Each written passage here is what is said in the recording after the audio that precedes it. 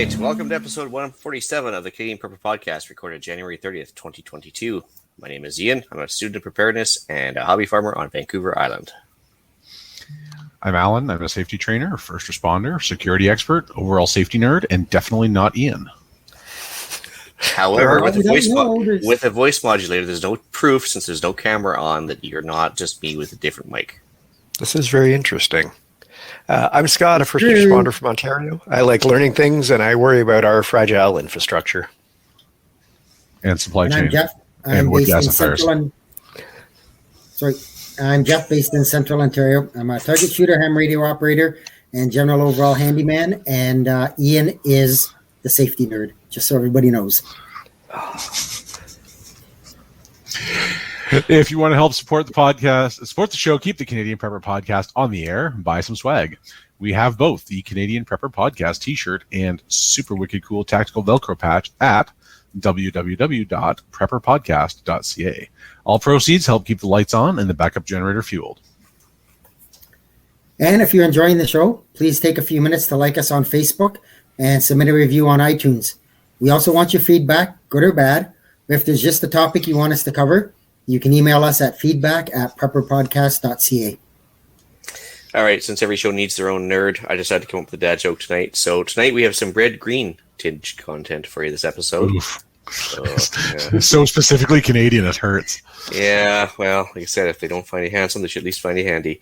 We're going to start off with some recent news, update our personal preps, and then we'll get into the main topic, which is doing it by yourself.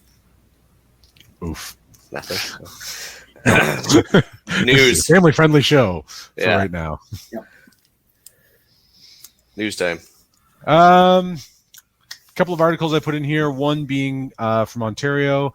We're starting the first step in the three-step reopening plan tomorrow. Someone out there in the live feed can remind me: is this the third three-step plan? The fourth three-step plan? I've forgotten. I've kind of lost track. So hopefully that. Hopefully this is the last time we go through this. But now that I've said that, I've just doomed us more on to the next Groundhog Day version of Ontario. I really tried to find some good news to put in the notes for this week, and I just couldn't find any.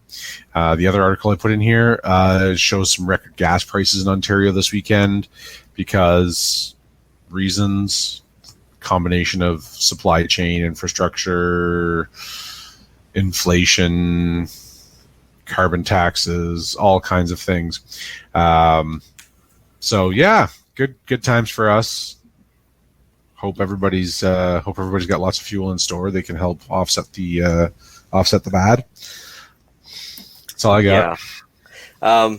I wonder if that with a three-step plan there, if it's like Alberta, where they're going to double down and say we're never going to close things down ever again, and then they turn around and do it anyway. 2 weeks to flatten the curve. Yeah. Well, what's your theory? Whatever the headline is, 3 weeks from now, it'll be the opposite. Pretty much opposite headline theory works. Yep. Pretty accurate. Yep. Record gas prices. Could it be because there's a bunch of truckers that came through and ate up all the diesel? I mean, the prices were already pretty high before then.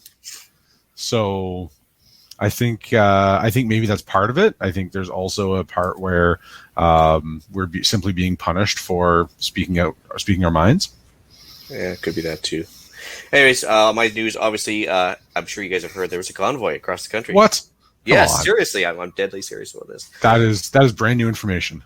Depending on who you listen to, it could have either been a bunch of people, disgruntled with the vaccine mandates, not anti-vax, and other people think they're just a bunch of, white supremacists, which is really odd considering what, the average truck driver demographic consists of nowadays. But hey, to each their own, I suppose. But yeah, nonetheless, it sounds like the high estimate was 2.5 million people in Ottawa protesting, and then of course CTV News or CBC I think said it was 2,000.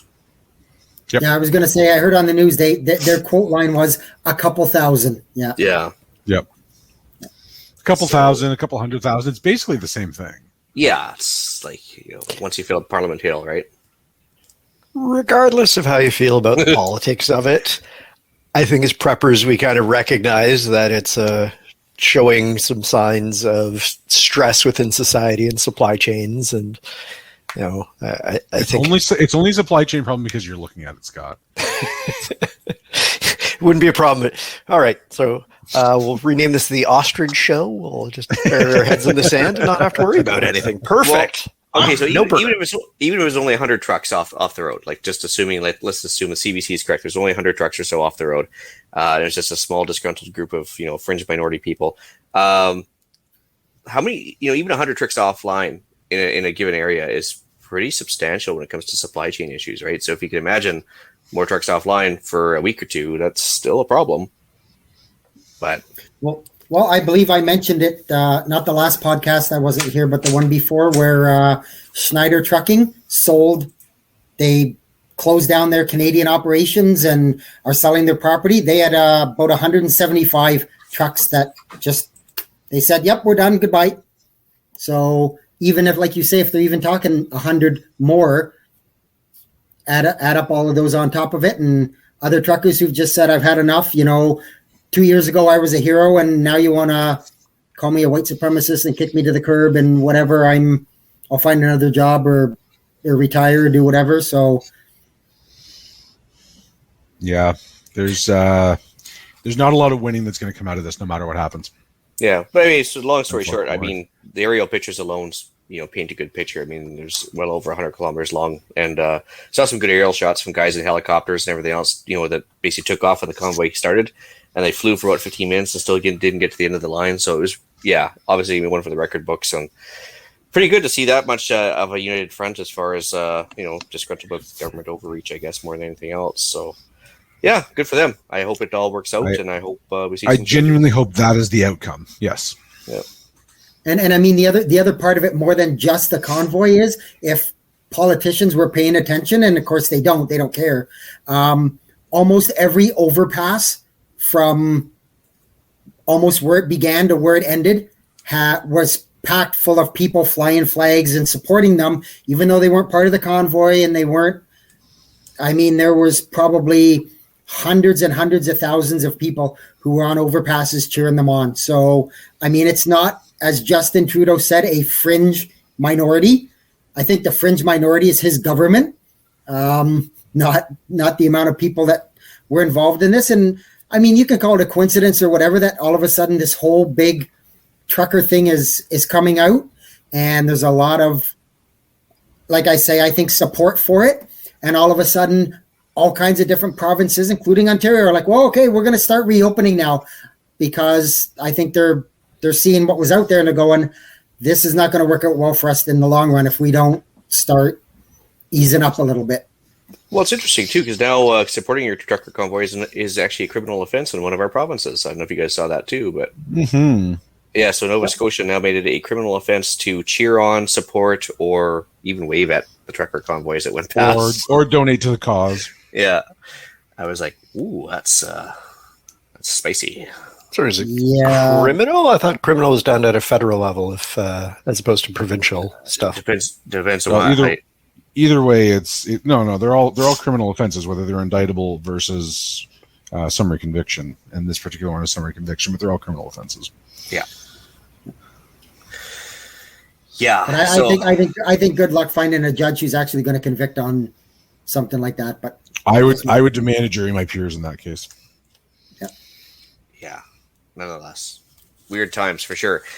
And like you said, here's hoping to create some good changes, and there's no bad flashback or anything else on it. So yeah, I sincerely hope it goes peacefully and they get the result they're after. I really do. Yeah. Awesome. Anybody else have some news? Well, I've just got one. Again, it's kind of on the whole preparedness thing. It didn't affect Canada that much as they thought, but that nor'easter that just went through places in the U.S., especially like New York and places like that, Long Island and New Jersey, and that got over 2 feet of snow. There were other places. It's the cleanest New Jersey's ever looked. Yeah, that's true too. Nantucket got a bunch of flooding from the coastal surge. There were more than 4,500 flights canceled from basically New York, Boston, Philadelphia, all in that area, LaGuardia and all those airports literally shut down. They shut down part of the transit system and everything else. So it's just, as we talk about all the time, be prepared, know what's coming, pay attention to the news and weather reports and that, and don't get yourself caught off guard. Yeah, actually, that's one thing I forgot to mention about the whole convoy thing too. Is if you are in Ottawa, remember we had that episode on riots. I think we covered where if you get caught in a one, what to do and everything else. So yeah, I mean, keep in mind, make sure you have an escape plan if you're going to go down there and have a way to get out without the gridlock affecting you. I guess more than anything else. But same thing applies for this snow too. I guess make sure you got a way to move around still. So it's insane snowfall lately. Remember when we were going to look back on January of 2020 and be like, wow, that was a crazy month. Yeah. Remember that when it was like Australia on fire and Kobe Bryant died and that was the worst of it? Those were the days. Those were the days. Yeah. 2022 said, here, hold my beer. Yeah. Yeah. We lost Bob Saget and John Heffernan in the same in a 2-week period. Everybody remember WKRP in Cincinnati? I know Ian's old enough for it. Howard Hessman, yeah. Absolutely. Dr. Johnny Fever died. Dr. Johnny Fever, Dr. Johnny Fever, yeah. Pour one out for the good doctor there and eat some turkey as a... Although Les Nessman was the star of that show, but... Absolutely. Hands down. Maybe Herb Tarlick's wardrobe choices. Yeah.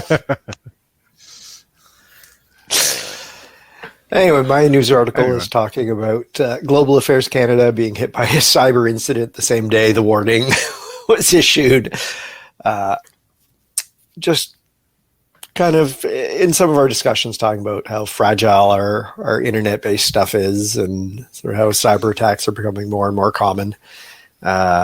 Anyway, last week's show got me thinking about that, and this just kind of reinforced that. So it's kind of geared what I did for preps. Any word on the effects on the cyber attack, like downstream effects?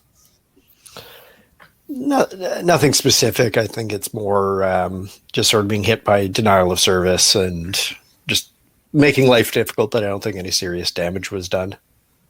I guess we'll see what actually they're going to admit to, at least. Well, exactly. If it means less government, should I not be happy about that? But it's not less government. It's less Canadian government. Yeah. And more Russian government. And true. I mean, maybe we're talking about picking the poo up by the clean end, but it's, I think I'd rather have the Canadian government than the Russian government telling me what to do. Fair enough. John brings up if those are my two choices. John brings up a very good point there. Anybody else worried about carbon monoxide with all those truckers sitting idle in Ottawa? No, I'm not. Simply because we have such stringent climate control laws and carbon taxes that will offset that. So, and clean air to start with. 13 minutes and 20 seconds. There you go. Sean says it all started with Harambe. That's many years ago now. That sweet prince got put down. But it really is. That's if we could just go back and shoot the kid instead. I mean, oh shit, that was live, wasn't it? That was live. Let's just say, bad decisions have consequences, and poor Harambe paid the price. Yeah. All right. Yeah. Anyways, what we're doing lately for preps? So thinking about all the cyber stuff, I finally got around to downloading all of Wikipedia. Josh from the Ham Radio Crash Course had talked about it for his Faraday box. So I looked into it, and it's a pretty big compressed file, but I think it's sort of a useful thing to have. A whole lot more convenient than a set of encyclopedias. So I started that process. How? Tell me more. So through Wikipedia, there's a page on how to do it. People have taken the compressed file of all of the text of Wikipedia. They take out the commentary, they take out the revisions. Any of the graphics are done separately so that all the text is considered a shared commons, copyright-free, accessible. They someone has been kind enough to make a giant, highly compressed file. It's still like 19.5 gigabytes. If I were to try and download it at my lovely internet connection here, it'd be a little longer. So I went elsewhere with a little more speed to do it. And then some people have made some custom open source software to be able to read in the compressed file, so you don't have to uncompress it and, you know, make the 20 gig file 80 gigs or whatever, just to sort of make it a little more manageable. So I haven't quite tweaked the software yet, but at least I've started the process. So we'll get some smart people in here to help coach me through the next couple of steps. It feels like something Eric could probably talk you through. In the chat there, Omar says Wikipedia is open source, so unfortunately it's not 100% reliable. Agreed, but it is also, you know, just sort of a general good reference that if we lost internet access, I think it'd still be nice to have. So, and if it's properly cited, then it does a lot of the filtering for you, which is nice. Agreed. I think the only part was where it devolves into opinion, like when you go to the Michael Hasselhoff page, and all of a sudden some guy says he was the worst actor ever, and then the next guy said he was the best music video ever, and it's all personal. Is he related to David Hasselhoff in any way? So what did I say? Michael? Oh, Michael Knight, David Hasselhoff. Oh, sorry, I screwed that one up. Fuck. No, hit the button. Oh, and that's our time on YouTube. Thanks, Eric's not here, and things just go down. See, you can't let me do anything like that. I'm moving on. Anyway. Drop the 80s references, Ian. Yeah. Jeff? So I didn't do a lot. I obviously, with what you discussed with the rising fuel costs, I made sure that all my gas cans were topped up. I did a little bit of fuel rotation, made sure all the vehicles were full, and outside of that, that's really all I did. Right on. Well, as for myself, I think the guys on the Discord were watching what was happening there, but I had some dead stock this week. I had a cougar take out one of the alpacas, I guess 2 weeks ago now, but I missed last episode. So yeah, I had to take care of that, deal with the surprise arrival of the conservation officer, which had never shown up before. RCMP showed up hoping to blast a cougar, which was kind of funny more than anything else. Obviously, I had to take care of the animal, kind of update my security plan regarding the livestock protection dog who was having a lazy day that night, unfortunately. So I put a doggy door in, actually, to put making sure he's got a warm place to go in the cold weather, and he could still protect the flock. So anyways, that's one little minor adjustment there. Got the antennas I ordered from Radio World, which was kind of cool. So now I was testing out the rooftop one in the office here, and it works okay in the building, but it'll be fine, I think, once it gets in the roof. Let's see here. I had to do repair on the ATV trailer. The hitch mechanism had failed on me, so I couldn't carry around feed bags or anything else, so I had to run down to the old Canadian mofo there and take care of that. Unfortunately, work. Oh, yeah, not a Rubicon. The YouTube channel I'm starting to really, really enjoy. He did a UV5R jailbreak. So there's a very quick and easy way. If you have the newer UV5Rs, you can actually open them up beyond the Canadian, Industry Canada settings and access FRS programming and a bunch of other channels, so which is kind of cool. So I tried that out, and it works, allegedly. Then I immediately put it back to the Industry Canada happy level, settings, because I wouldn't want to go outside my bands. On that note, I did some chirp programming because I got the new radio a few weeks ago from AliExpress, the QT 8900D. Anyway, dual band. So I've been programming that one up, and it took a while to get the programming to work. Did a feed run to play catch up on the chicken feed. Actually, I hadn't done the feed run since the great rainstorm there of 2021, where we had all the highway shut down. So I kind of decided to rotate my entire supply. So I kind of ran down the food for a couple months there, I guess, and then decided to start topping it back up. And same thing with the propane. Just did a propane refill to keep everything at the top levels, and then that's that. I think that's pretty much it.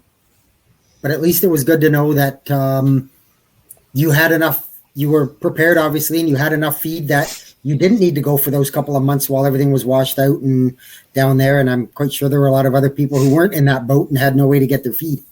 Oh yeah, I mean, I wasn't out. I was just down to about 50%. And if things had gotten serious and it looks like the supply chain would have, run even drier, I would have just called a bunch of the, I hate to say useless eaters because there's other connotations there, but the hens that are spent, I probably would have taken care of them, turned them into dog food or something, and same thing with the excess roosters. But I just kind of kept the flock going because it looked like the supply chain was still coming in dribs and drabs, so I wasn't too worried. But no, it worked out well. Yeah, I figure I at least got a 4 or 5 months supply of chicken food at any given time if it's all topped up. So that's good.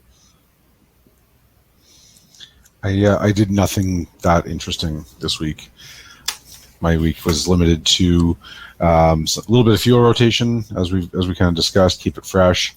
Did some boiler maintenance, which we'll talk a little bit more about in detail in the main topic, and spent lots of my time working. Although I did get back to a jiu-jitsu class this week, which was really nice. It's been a long month not being able to train. Perishable skill, isn't it, with jiu-jitsu? Like it's your first night again. It's like, oh, I should know that. Well, July was like the first week of August was like class 1.1, right? I did a few months before, and then we shut down for a while, and then so I considered that my second first class. Went really, really consistently for 6 months, and then my job changed and the world shut down again, and eventually we said, you know what, we're just going to do this anyways. And yes, definitely a perishable skill, but mostly I noticed that it's a very different set of muscles that I use for that than I do with any other training that I do. So that's my experience anyways. Awesome. Anybody else? Scott? I think that was all 4 of us. That's right. He did. We started with him. That's right. See, don't leave me in charge. Anyway, in charge. Well, hey, somebody had to write up the notes. Skinny as they are, anyway. Main topic time. So, I guess why are we talking about this tonight? Well, let's just face it. I mean, we always talk about cost savings, less reliance, peace of mind as a reason for preparedness. And let's face it, call out charges with today's plumbers. Since there's a few of them around, and nobody wants to do a host call. Lack of supply chain issues, everything else. It's going to cost you an arm and a leg if you're relying on somebody else for what should be some basic items. So we thought we'd talk tonight about some basic repairs, maybe some basic supplies to keep on hand, and take it from there and maybe make yourself a little less reliant on the outside expertise. So first thing I wanted to talk about actually was just changing in an electrical outlet. So if you pull it in and you burn out an electrical outlet, it'd be nice to know how to change those out and keep spares on hand. So you go to Home Depot and keep your 10-pack of electrical plugs on, and so you don't burn down the house and call Alan over. You're going to need a few basic electrical tools. So first and foremost, legal disclaimer, right? Make sure that you understand the electrical codes in your area. For example, in Ontario, it is illegal for you if you don't have an ECRA, an Electrical Contractor Registration Authority number. If you don't have an ECRA number, it's illegal for you to work on any electrical services not yours. So I couldn't go to Jeff's house and help him with his electrical work because I'm not a licensed electrician with that number. What you actually do with that is entirely up to you, but you should probably know what you're getting yourself into.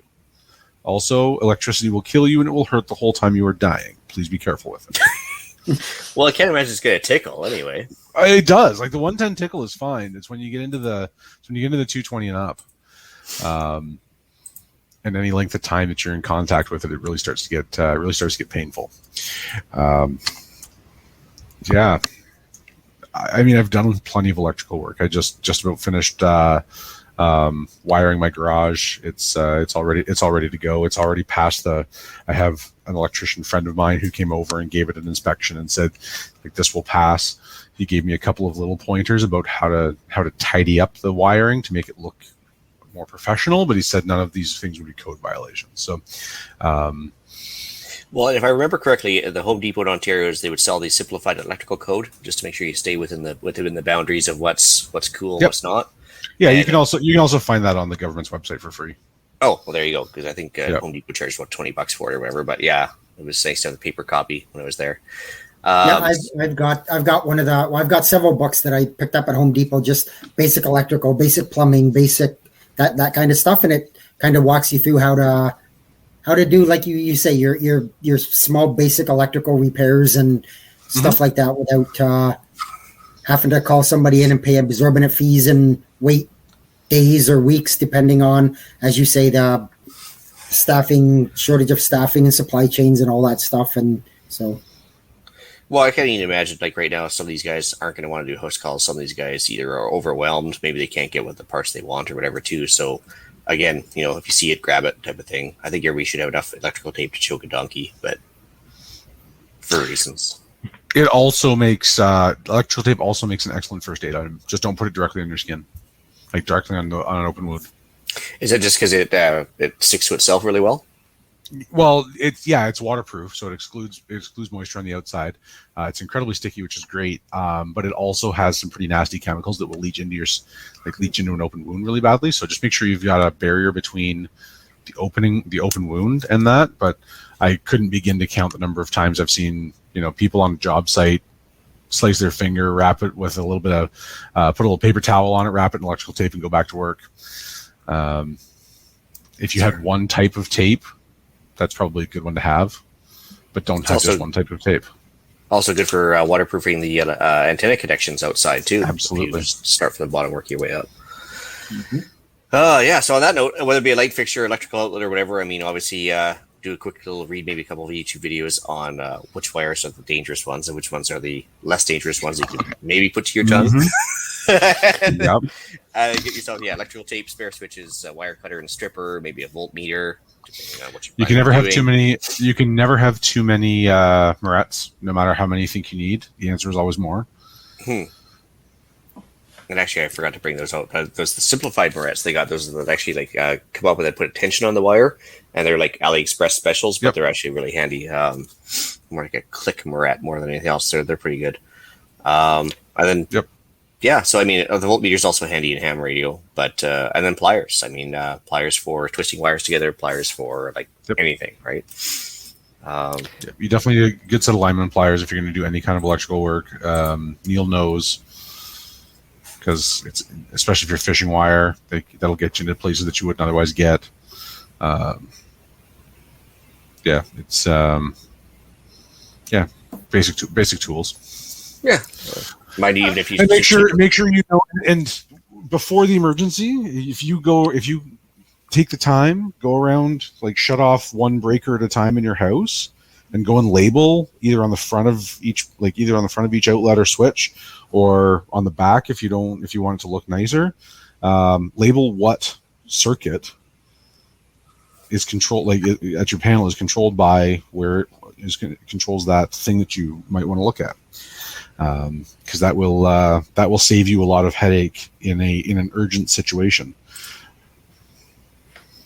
I'm the kind of nerd that I went around with my label maker and actually labeled all the circuits on the front so I know. But if you wanted it to be a little more decorative, you could just write it in marker on the inside of the outlet cover, the switch cover. Some people change out their regular switches for decor ones to try and sell the house for more money, make it a little spicier, saucier looking type of thing too. Steve's shop points out that you have to clean your cut with solvent and then put on the electrical tape in that order. If you can, sure. Let's just leave that alone. Take a big hit of exhaust from the bonger while you're at it, I guess. Well, you have to use what's on hand, I guess, on the construction site, right? Yeah. Get some of that Varsol in there and just take care of business. Pat points out peroxide's bad enough. Yeah, Pat points out that not all electrical tape is created equal. I think you touched on that too. I mean, the good stuff is not much more expensive than the cheap stuff. Buy the good stuff. Yeah. Let's see here. I had an interesting experience doing a little bit of electrical. I went to a big box store trying to find a couple of parts, and they were really hesitant to give any advice just for fear of going into the area that electricians would go into. And it sort of took a lot of convincing that I'm like, no, I just show me which part meets these specs that I need to get. And eventually we sort of managed to find what I was looking for. But it just kind of goes to show you that, yeah, even the big box stores are afraid of liability. Well, they're also not electricians by and large. Like I worked at a big box store, and we happened to have one electrician who worked for us in the electrical department simply because he'd been injured on the job, and three-fingered electricians didn't make a lot of money. So he was really good at it because he could, in fact, speak to it in an intelligent manner. But the average person, and it's not a slight against people who work in big box stores, Home Depot, Lowe's. There's just so much to know in those buildings, much beyond where is this thing, like what aisle can I find it in. It's not reasonable to expect them to be electrical experts and plumbing experts and lumber experts and hardware experts and paint experts all in the same person. Unless you're somebody like me who happens to know a lot about a lot of those things. But very few people actually have that experience and knowledge to be able to give you the advice, say, like, smartly. And let's be honest, if they've got that abundant knowledge, they're not going to be working at a big box store for minimum wage. That's also true. More than likely. Yeah, it's pretty much covered off electrical. I mean, like, there's obviously you can go way down the rabbit hole, but yeah, it never hurts to just learn to do some basic stuff.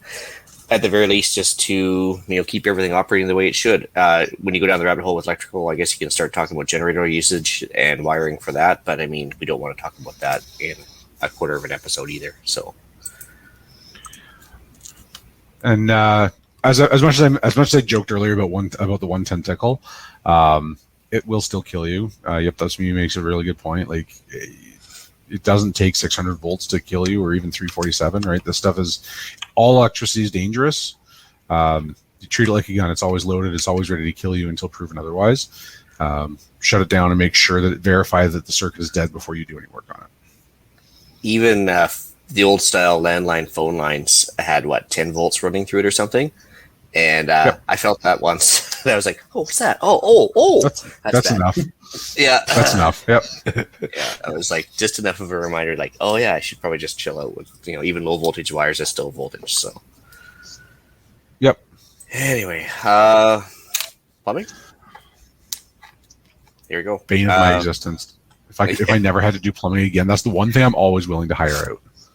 Well, the funny thing is, so I have a secondary residence there over in Vancouver with a couple guys just for work purposes there, and I'd say tell the wife anyway. But anyway, so for like basic stuff, like, so we're renters over there, and unplugging a toilet and sink and stuff. I mean, these guys are like, all going to phone the landlord, but I don't want to wait 6-7 hours without a working toilet. So it's amazing how many people can't even unplug a toilet, which is shocking and terrifying at the same time.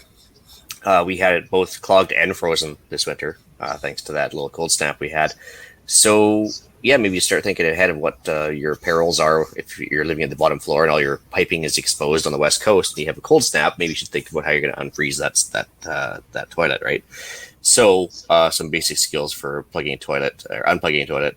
Plunger, heaven forbid. If you do have like PEX pipe in your house, maybe having a PEX crimper and some PEX bits. Mm-hmm. To do pipe repair or just adding pipes, right? And know where your shutoff is. Yep, know where your water shutoff is. And another solid piece of advice, and people will laugh at this, but there are people out there that will do it. Don't unclog your frozen pipes with a torch. Or a welding kit if you have copper pipes. Don't put it at one end and the other end and hope it's just, the electrical connection. Yeah. No. Yep. I know people that do it. It's just like, you want a gradual heat trace, and in a perfect world, you're going to prevent the problem rather than reacting to it. But a gradual heat trace, your hair dryer is more than enough.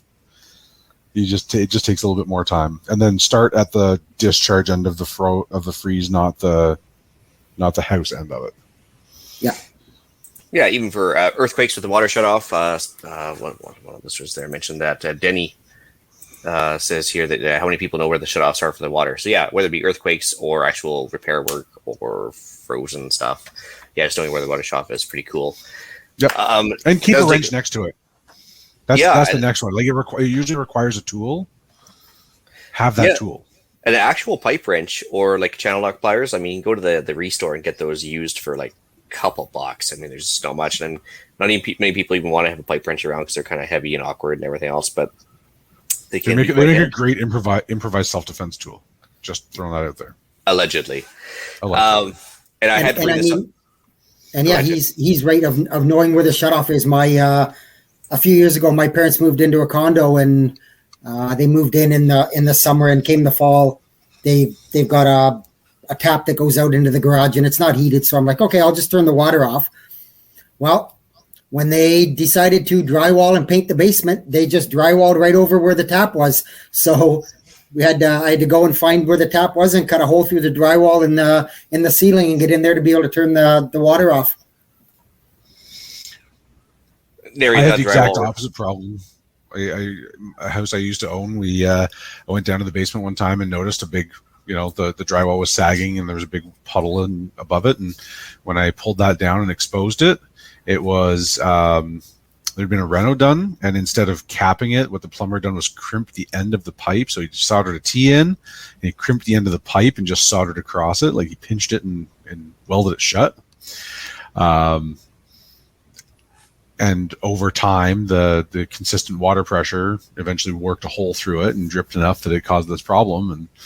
And then I had a whole different problem to deal with instead of just doing the job right. Don't drywall over your pipes, please. Well, drywall work alone. If you can do drywall work, you're probably just the god in your circle of friends because nobody else wants to do that job. Nope. And having to pay somebody to do that job is you're going to pay through the nose because it's horrible work, right? Especially taping. Yeah, mudding and taping, that's a skill. Yep. Yeah. Just in terms of plumbing, I'm going to add a couple of thoughts.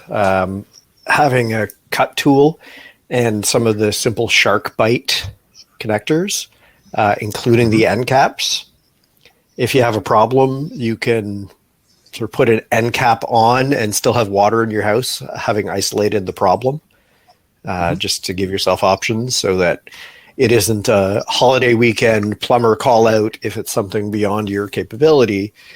And there's also don't ever break the Home Depot rule. Only work when you have enough time to go to the store and get the parts you need if something goes wrong. Yep. And preferably only have to go there once. Pierre mentions you can get pipe dethawers rented, hook on the pipe and then plug it in and gradually warms up the pipes.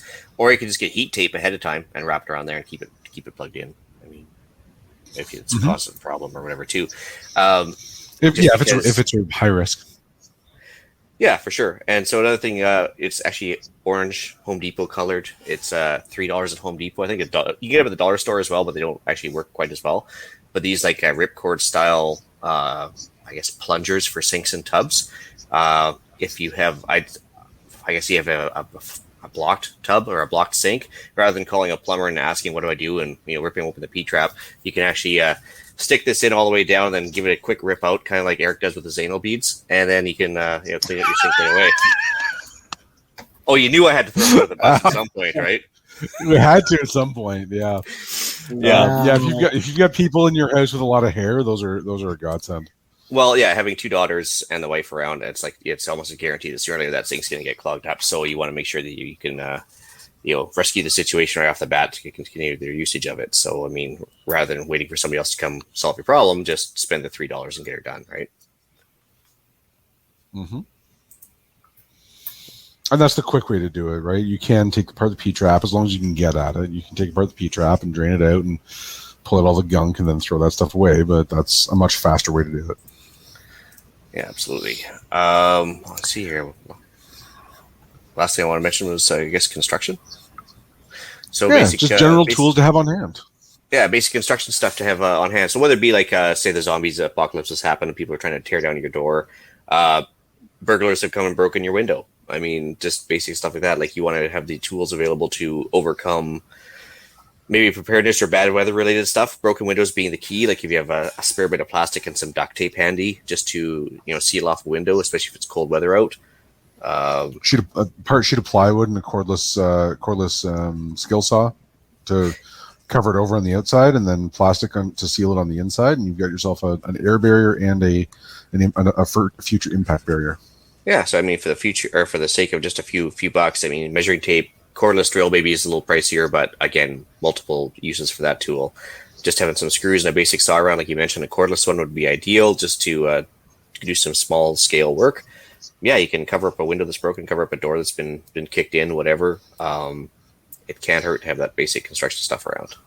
And you can take a deep dive even into measuring tapes. I mean, I have probably 4 different kinds of measuring tape that I have in my toolkit. Right, I've got your standard inch and metric only. I also have one that's kind of fun where it's a self-centering tape. So every 1/4 inch, it tells me what the half measure is of that tape. So if I'm finding the center of things, which I used to do a lot in my trade, so I can, you measure something, it'll tell you what the center is, and then you can go back to that center point. And then for longer ones, you've got the tapes and stuff as well, like the reels, or wheels if you're measuring out. So there's all kinds of options for that depending on the things that you're doing. But make sure, good measuring tape is worth its weight in gold. Dan just mentions back on the plumbing thing, don't forget of a torch, soldering, or maybe electrical, soldering, flex, and solder, as well as extra ends and tube in case of a burst pipe. Soldering is actually like one of those skills where it's like... Thing of the past. What's that? Any house built now, they're all being built with PEX. Anything built in the last 5 years? Well, yeah, some of them are even worse. Some of them are poly, which is even worse. But copper pipe's still around, but it's actually a bit of a skill set to solder things properly and not have leaks. So if you're going to get some of those, disposable copper bits that actually pre-soldered or all the way around, all you got to do is heat them up and they kind of solder themselves off. I'd probably be more leaning towards those for the average Joe than trying to bring some extra line solder and trying to get that in there just perfectly and get capillary effect happening and everything else. Or shark bites, which are shark bites. The shark bites, yeah. I'm a big fan of those because keep it simple, stupid, right? And I've only got a skill set down here, so I need all the help I can get. So. Yep. Well, the nice thing about the shark bites is you can throw the end cap on as an emergency stopgap. Yeah. And when you have the parts you need or someone who knows what they're doing, you can take that. There's a little tool you can take it off as opposed to having to desolder something to take it off. So yeah, it's just the same thing with the PEX stuff because that's what we have in the house here. We ship poly and PEX, but I have actually the end pieces where I can just PEX on an end and then later on I'll just cut it off and carry on it once I have the parts. But yeah, because that's huge if you get a burst or anything else. Going back to the construction stuff, I'm glad we have screwdrivers. We should probably have a multi-pack of screws so we have something we could put the plywood on the window with. Okay. I'm a big fan of the multi-pack you buy where there's 10 different sizes and lengths and whatnot, so that when you have that one-off job and you just need to find a certain length or a certain diameter screw, you have the options. The best advice I got for this was when I bought my first house, and my grandfather told me, he said, actually what he did was he bought these for me. He got me a box of short drywall screws, a box of long drywall screws, a box of short deck screws, and a box of long deck screws. And he said, you use the deck screws outside, you use the drywall screws inside, and it doesn't really matter what you're doing with them. Those will solve your problem. You took the words right out of my mouth there. I actually went the opposite direction of that, Scott. I'll take out Phillips and slot screws and everything else, and I always put back in the Robertson. And I know those drywall screws are Phillips, but pretty much everything's either 1.5 or 2.5 inch deck screws, pretty much everywhere around the property. So it's always a Robertson bit. For our American listeners, the Robertson bit is what you call a square bit, and it is the far superior driver in all circumstances. Hands down. And if you think it's Phillips, you're wrong. Yeah, it's the square drive, which is what we call the Robertson, and it is the right drive. It's the right driver to use. Yeah, and so literally everywhere in my house, including door jams and everything else, all Robertson all the time. So I don't have to sit there and fumble for bits. I just know what's going to work, and that's what stays on my cordless screwdriver and everything else. Just standardization for me. It's like I said, it's low skill set. I gotta deal with it, right? Pipe hangers. Other things to keep on hand. Yep. Yeah, that's one of those stainless steel things with all the holes in it. Yep. Yeah, so figure eight. Yeah, it's good for whether you're just trying to hang poly pipe in the rafters or suspend guns in grafters. Oh, sorry, I mean, but Yeah, whatever you want to use it for. I mean, like, no, it's just one of those things. They're very handy. Actually, I use it to even tie down sometimes. Like my generator trailer is really lopsided, and so if it's just sitting there on its own, if I don't want it to sit in the mud because of the rain here, I'll actually use that steel stuff to actually like nail it to a log, and just so it stays off the ground a bit. So yeah, it's good stuff to have around. Yeah.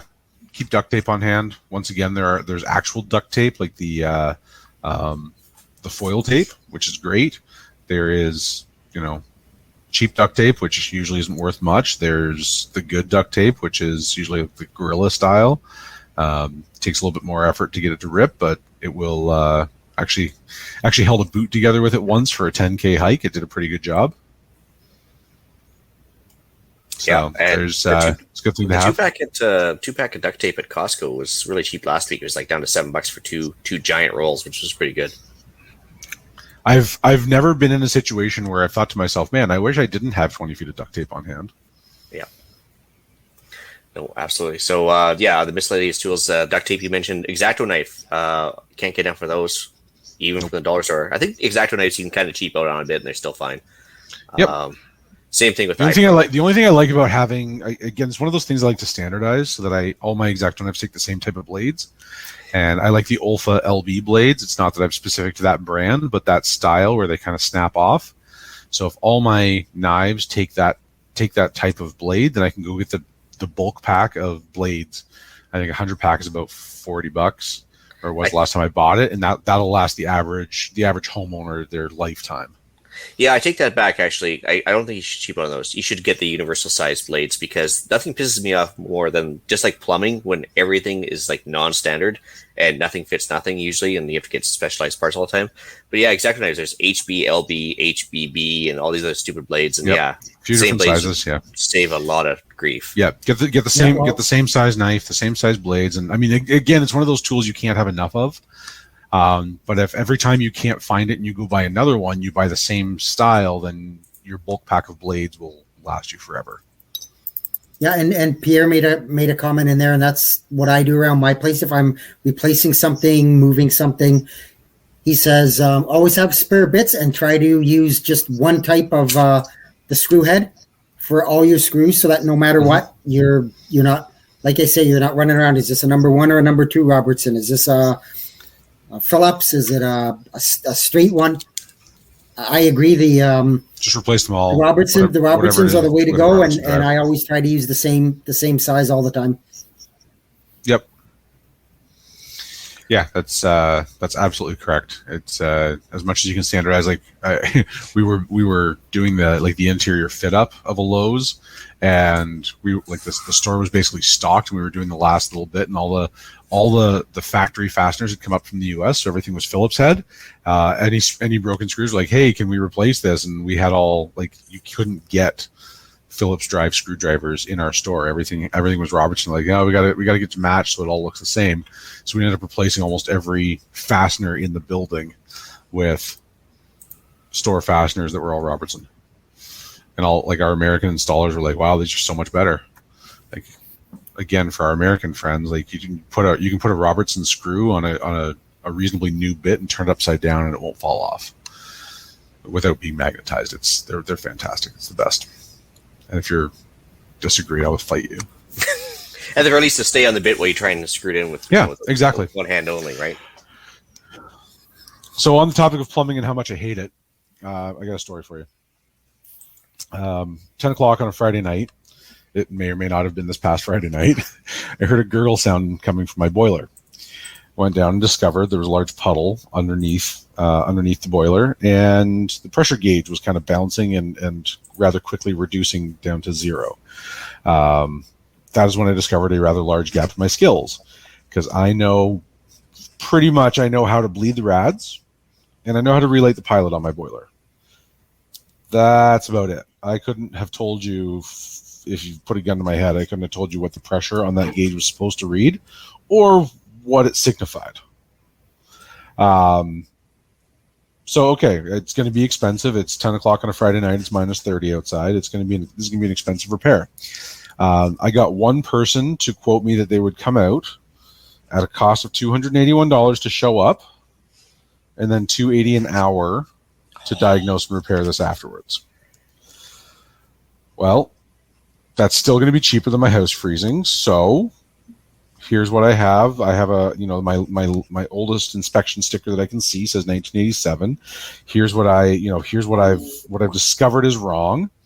And he says, yeah, I probably can't fix that. I could not actually convince somebody to come out and service this. I called 30 different contractors that all said that they service plumbing. They service boilers. They're plumbers, HVAC people, whatever. Could not convince anybody to come out on Friday night and fix that. Eventually, somebody said, just try restarting it and see if the downtime allowed the system to reset. Talked to one person. They said, yep, well, we can get a tech out tomorrow morning. So that was Saturday morning. He came out about 8:30. He was super nice and said, yep, it's a bad valve. So basically the automatic fill valve that regulates the pressure wasn't working. So I was just getting constant pressure, like constant water added to the system, which is why it was overflowing. So now until he can come back on Monday with the parts to fix it, I have to go down every couple of hours and check the pressure. He told me where it should be, and I have to check the pressure on the gauge and open the valve to literally just open the city valve, city water inlet to refill the boiler, get the pressure back up, and then close it again manually because I had a part fail. I have not only no idea where that valve is that it has failed, I have no idea. I couldn't possibly begin to know where to fix it. So that was my challenge. I couldn't even get somebody to come out and look at it. $280. I mean, I hope you get a happy ending with that or something. Like, geez, that's ridiculous. Yeah, no kidding, right? If I could have gotten somebody to come out, it was probably going to cost me $500 just to have them show up essentially and tell me what was wrong, not even do anything to fix it. So, yeah, so that's the thing that can happen to you, right? So be prepared. This is why good maintenance comes into play. Funny enough, I had just earlier that day sent a message to the plumber that I've used previously because he had ordered me a part. That was back in December. He'd ordered me a part and didn't hear anything from him, so I'd send a follow-up email, and then lo and behold, later that evening, things went badly for me. So maintain your equipment and learn what you can about it. That's a good point. That's me says Sawzalls. They make good meat processing with the correct blades, or cutting sewer pipe to certain lengths for reasons, or whatever. Drywall. Yeah. They will also get you into most doors if you try hard enough. Just throwing it out there. Yeah. Denny, same as me, standard number 2 bits for Robertson, but here it's Phillips, and anything I'm working on now, it's been going to Roberts. Yeah, I use number 2 Roberts all the time for all my deck screws, basically. Yep. And even just the standard zinc plated screws, if you buy them at a Canadian retailer, you're going to get them in Robertson. So, and anything up to a number 12 is going to be a number 2, and then once you get number 12 and bigger, it's going to be number 3. But most houses don't have a lot of number 12 or 14 fasteners in them. Nope, not at all. Scott had some good stuff here. Be still with us? No, I'm here. All right, good. I love the Haynes manuals for vehicles. Buy them at Canadian Tire in hard copy on newsprint, and it tells you all sorts of details about your car. And just if it's something simple as changing the tire, it tells you what torque the nuts are supposed to be at. I would very much prefer to have a professional look after most things, but if that's not an option, at least I have a useful reference for sort of knowing what I need to find. I love manuals that have the blow-up diagrams where you can sort of see all the individual parts and be able to narrow down what you need to replace. So I think that's $20 or $30 well invested in any vehicle you have. So Well, on the Haynes manuals topic too, I just learned a valuable lesson with my quad too. Is fuses. Like, of course, there's 3 or 4 different types of fuses. There's like the standard, the mini, and the micro, and all of this stuff.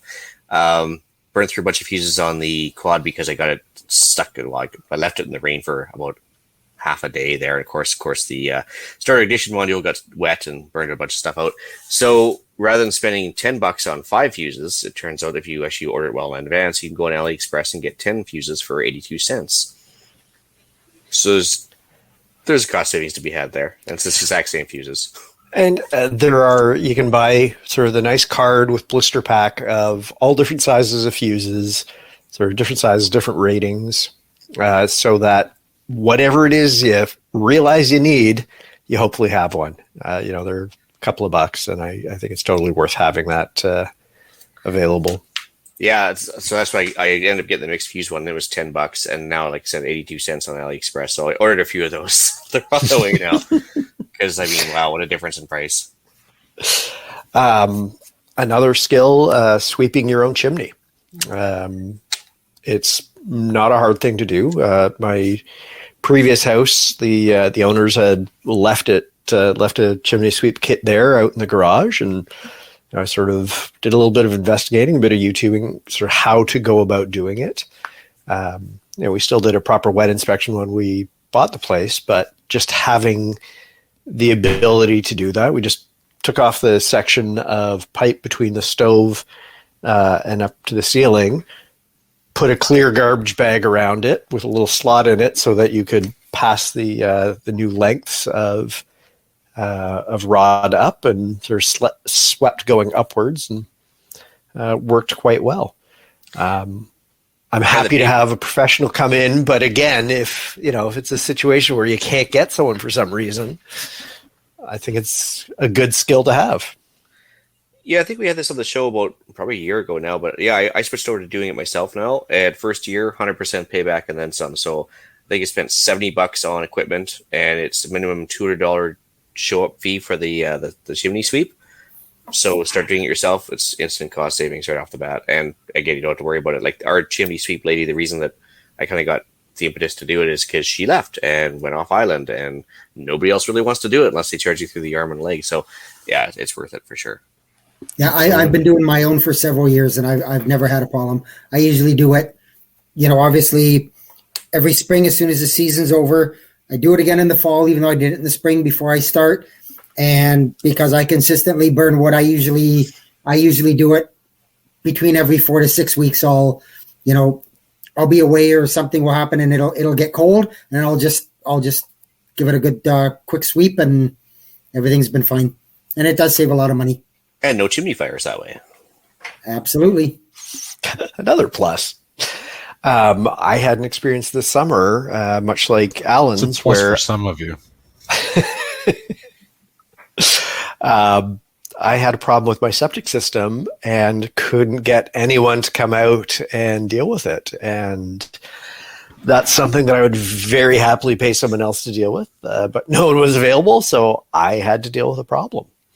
Talked to a couple of people who were very knowledgeable and wanted to come out and help, but were unavailable. So they gave me a couple of pointers. Because it's a shitty job. That's why. Oh, you beat me to it. Oh, I was waiting for the break. Anyway, the moral of the story is I ended up doing it myself. It turned out just fine, but sort of having that skill set, having that ability to dive in and diagnose a problem, figure out what parts you need, where they need to go in, for septic, for plumbing, for electrical, for cars, for chimneys, whatever. I think having that problem-solving ability is quite important. Forever ago, I was a pool boy and sort of came to understand that, the experts, you have fancy tools and maybe you do things a little faster, but it's not miraculous. The Robertson screwdriver in the hand of an expert is the same number 2 Robertson screwdriver that we're all singing the praises of here. So, a little understanding, a little bit of sit back and watch YouTube, read, the Home Depot books, the Time Life books that have all of those step-by-step, simple, here you go, you can accomplish quite a bit if you're willing to take on the challenge. Okay, just to clarify, there's no diving in with septic repair, though, right? If you dive in and it's ankle deep, that's one thing. You shouldn't go head first and find out it's ankle deep. That's not good either. Yeah. No, that's actually good. Actually, that was one of my first jobs, was working on the back of a septic truck, and it is one of those things where if you do not know how to do basic fixes and or maintenance, it's going to be very expensive. It's a very simple system, though. Because that's a good thing. Yeah, there are certain jobs that people get paid very well to do because not a lot of people want to do them. There's a reason that's a high-paying job. Yep. Mm-hmm. Well, we have anything else to talk about? I just kind of, feel that self-sufficiency is a great thing. It doesn't make you reliant on somebody else, especially as in Alan's case. It's something that he needs to heat his house. It's -30 outside, and nobody's willing to come. Basically, if something's going to happen, that's when it's going to happen. It's going to happen at the worst time. Never happens at 2 o'clock in the afternoon when it's -3. It happens at 2 in the morning when it's -30. Just some, I say to everybody, just have a basic tool set. A set of screwdrivers, wrenches. Somebody mentioned a Sawzall. I said a handsaw. And, of course, the old universal duct tape. From things that I've noticed and helping people out with things, and that is a lot of the issues happen from a lack of proper preventative maintenance. If you can do your own preventative maintenance, it's going to go a long ways to lowering your risk of that thing going wrong when you least expect it, or at the most inopportune time. So take a little bit of time, study some stuff. There's lots of stuff online and that you can get, and take a stab at doing your own preventative maintenance. I'm not saying do a big repair job, but doing some preventative maintenance is going to save your ass in the long run.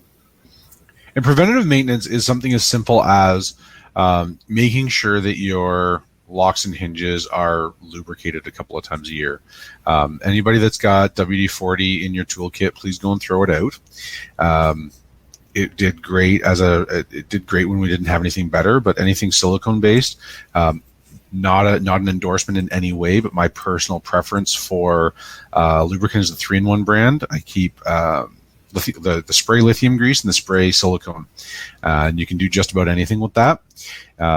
Anything that's wood on wood, right? If you've got old wooden drawers, for example, that in your kitchen, rub a candle on it, right? Get the wax, and that's going to help. That's going to help keep it gliding, and it's going to stop it from binding up. Anything that slides, anything that slides, right? Your drawer slides, whatever, gets lithium grease. Anything that turns gets silicone a couple of times a year. That's going to go a long way to preventing problems. That's my rant on lubrication. There's an anal bead joke in there too somewhere, but whatever. Yeah. When you're not here. I think in general, knowing your equipment, be it your generator, your furnace, your boiler, whatever, if you have a better sense of your equipment, how it's supposed to run, even if you can't fix the problem, if you can talk to an expert and say, here's what's going on, there's a problem with this component, it's going to speed up the process immeasurably. And maybe, if you can say, yep, there's a problem with this valve, and they're going to say, oh, that's an easy fix for me. I can come out for, a mere $500 and get that knocked out of the park. At least you can get it handled. So. Well, yeah, because especially if he knows he has 3 fluffer valves at the store or whatever, it's going to be an easier sales job to get him to come out, right? Mm-hmm. Anyway, and I mean, the other thing is, even if it's come to a point where you've got to call somebody out, and I know lots of people who do work in that, they don't like people hanging around. Hang around, watch what they're doing, ask questions. If I'm paying you $280 an hour, I'm going to learn everything I'm going to find. I'm going to learn everything I can from you. Exactly. I know, people, they'll call somebody in and they'll sit upstairs and that person will do the work downstairs and they'll come up and say, yep, it's fixed. And they leave. And it's like, okay, well, what did they do? Well, I have no idea. He fixed it. What more do I need to know? Yeah. Well, you're doing a disservice to yourself at the very least, right? So, well, when I have that expert in, I'm also going to quiz them. What are some things that I should be doing as a homeowner as that preventative maintenance to keep, the boiler in my house going? Like the boiler's a single source heat for my house. I want to keep it happy and healthy. What can I do to further that goal? Yeah, same idea. When I had the problem with my well, I guess the accumulator needed a certain pressure level to turn on and off the pump, and it wasn't listed anywhere of what I needed for PSI on everything. And so once I got an expert in to take a look at it, it was actually the island mentor anyway. He shows up and shows me how to do it. And so I actually ended up writing down the PSI where the pump should start and stop. And then, so next time I know exactly how to charge it up myself versus calling somebody else out. Mm-hmm. Sorry, I think it's Dan mentions we need backup heaters. I think I hit the wrong button there. There it is. Backup electrical heaters for when the furnace goes down. It comes in handy. It saves me last year. I had the same problem with the boiler heat in my apartment in Vancouver there. No boiler, so we had no hot water, no heat, and we ended up having to get a couple electric heaters for about 2 weeks. I actually have 5. Like that was my backup plan. It wouldn't keep the house hot, but it would keep everything from freezing. I was able to get things back and running before it got too crazy cold, but it was got it done. That's a great point. Hey, if you can keep a heating problem from also becoming a plumbing problem, that's a win. Yeah. If there's one thing I hate more than heating problems, it's plumbing problems, and I really hate plumbing problems. Denny mentions the Dremel is a lifesaver as well. He says he can use it to sharpen chainsaws, which is actually a gutsy move when the amount of material takes off.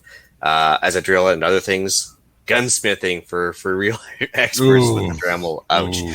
Anyway, and shots are fired for Ian. Yep. Yeah, no, actually, I used to use a Dremel and I did a horrible job with chainsaw chains, and actually then I ended up getting the specific file for the specific chain, and all of a sudden now life is beautiful. Like it's manual, so there's no electricity required.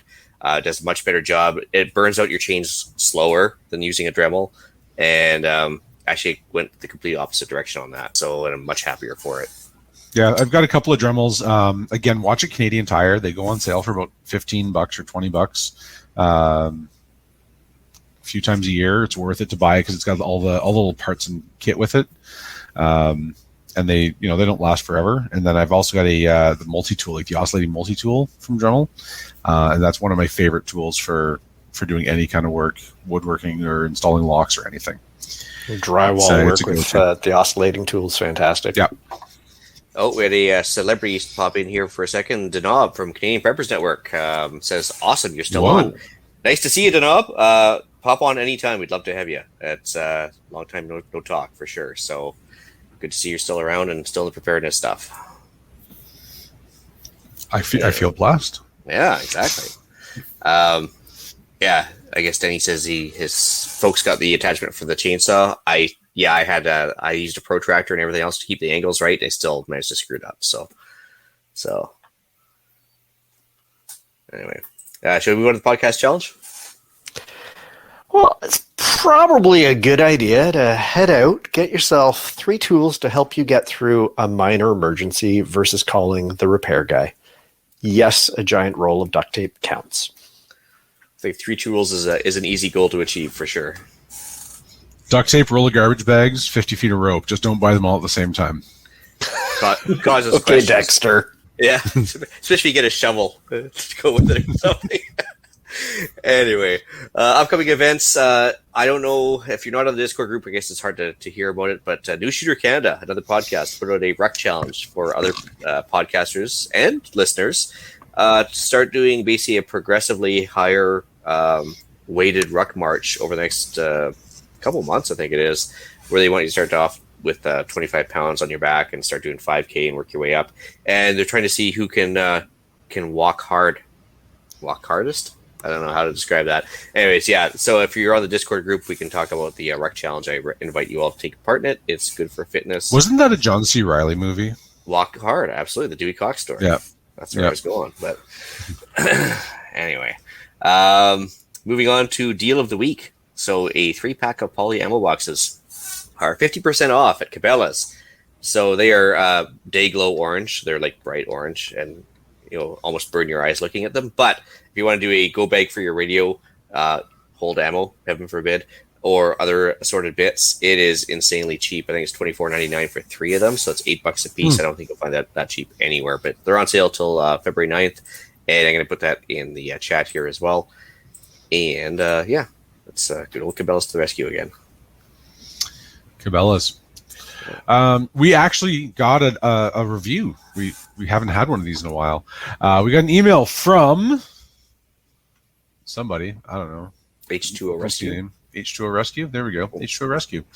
If you're not a water rescue person, I'm really confused. It says, "Good evening, gentlemen." He obviously hasn't been listening for very long. I've been listening to your podcast for a while now and finally got around to emailing you. I've been a prepper since I was about 8 or so, although I didn't know it as that then. I grew up in Northern California. We always had an earthquake preparedness kit. I joined Boy Scouts and really started living by the motto, be prepared. I joined the U.S. Coast Guard and became a helicopter rescue swimmer.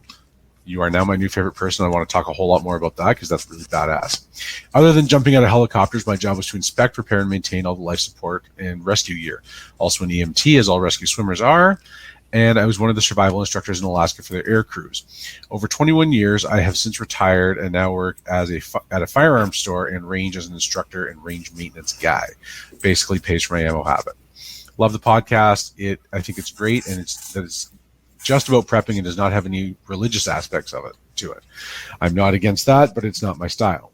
One of the hardest things I've had to work on is distinguishing between survival and prepping. I feel there's some points that work great for both, but the way I prepare for survival is being able to survive out of a small bag, not comfortable, but I'll live, while prepping is surviving comfortably with the boomsticks and hopefully a bunch of friends around.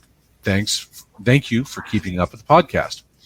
So H2O Rescue, first and foremost, rescue swimmers are the badassest of all the badasses in the world, and I don't care what you say about it. Second, a lot of people from Alaska lately have been emailing us, which I think is cool. I think the last 2 or 3, winters are long and they're getting bored. And third, yes, there's a big difference between a survival situation and being prepared for an emergency, right? An emergency or a disaster is something that is maybe has some notice or has some level of predictability, like a weather event or such things. Sometimes there isn't any time to have an advance warning, whereas survival is my truck broke down and I'm in Alaska and I'm 3 days from the nearest help and nobody knows I'm missing. Yeah, or even taking it down a notch further is like a prepper has like a 10-pack of Bic lighters just in case for various reasons. A survivalist drinks his own pee and uses the ferro rod and insists on using the ferro rod because that's what he's going to need to do. But not, yeah. So I guess it's situation dependent and attitude dependent, right? Yeah. And everybody has their own definitions, and the important thing is that regardless of how you define it, it's working for you, so that you can get back to the things that you care about, like boomsticks and ammo habits, which is a religion all to itself. So, thank you very much for the email. We do appreciate that. I love hearing from the listeners. Feedback at prepperpodcast.ca, or you can get us in the Discord group. The link to that is in the show notes. Yeah, and I like his part there that it sometimes is a bit of a tough distinguish between the survivor part and the prepping part. But like you say, I guess if I look at it from a different way, if you're prepared, your chances of survival are very much better than surviving to be able to find something to survive with. So victory favors the prepared, plain and simple. Absolutely. I think it was Les. I think it was Les Stroud in one of his books. He said the irony is that people who prepare for survival rarely find themselves in survival situations. True.